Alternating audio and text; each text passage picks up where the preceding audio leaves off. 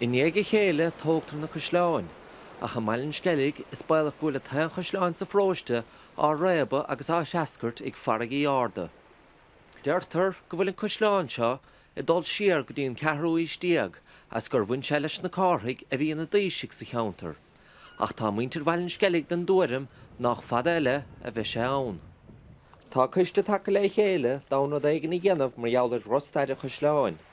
Deir siad go bhfuil an téime tarlú cho tapach sin go bhfuil an bailán go méid gach ile cloch sa Caisleán glanta ag go bharraige leistigh do bhliain mar an ndéanfar córam dá inis. Tá muintir na háite anna díach go faoi an slítá sé inis. Uair amháin bhí gá acra timpeall an Caisleán agus má íocann tú inis ní lánach caragracha agus an airige ag tactisteach timpeall an Caisleán agus na tuntacha mura ag éirí Haran Caisleán. So tá géir gá le rud éigin falla chosainta a thógant chun an airige a gcreimeadh amach. Bhí sé rád ó hin go raibh gá acradíoch timpeall na háite seo, agus bhí aithir hamáisí chun sin bhí sé ag imirt peilin seo, ach fiochan is an áitiú bhfuilim táim tá sé seochastócha cuaigrídíag fé bhun láthir an Caisleán, agus tá an áitir seochan is ar fad a séimethe. Tá dheirtaí á dhéanamh go bobbal le fithe bliana nuas an Caisleán a chosaint achas beag tartá fachtacha a deir siad ó folatóirí ó ifig na nimbricha poblí agus ó chóirla chúnda chearaí.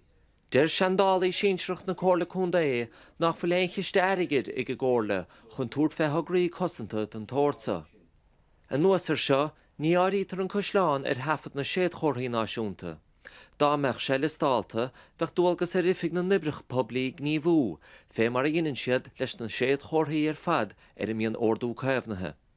Dúirt seandálaíon chúnta bhfuil leisce ar ifig na nimbricha poblí an Caisleán seo le stáil, mar nach féidir le freastal caí dhéanamh ar na séad chóirthaí eile ar fad atá an lista có hena féin, agus tuisneamh mór an tástairiúil dar leo ag buinte sé Caisleán áirithe seo. Ach ní mar sin i chéan pobl bhailin Sceilge. Is cuid de féinúlacht na háite.